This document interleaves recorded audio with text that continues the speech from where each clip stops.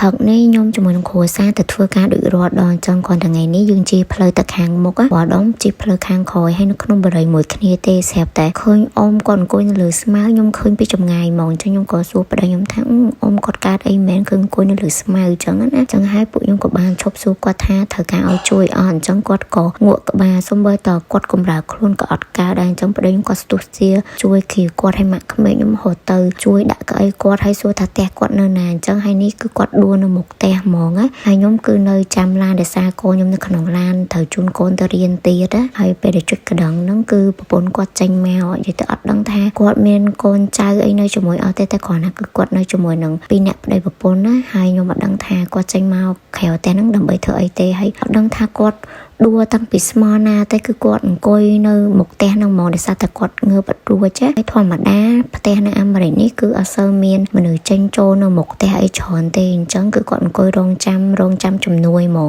នេះចៃដនគឺខ្ញុំជិះមកឃើញអូយចង់និយាយថានេះដោយសារតែគាត់អង្គុយនៅលើស្មៅប្រហែលជាអត់ត្រូវបោកក្បាលនឹងអត់អីបើសិនជាធ្ងន់ធ្ងរយើងអត់អាចមើលឃើញទេអាចារ្យនៅស្រុកគេនេះទោះបីថាអាយុច្រើនហើយកម្លាំងចោះអន់ថយជាងមុនក៏ដោយ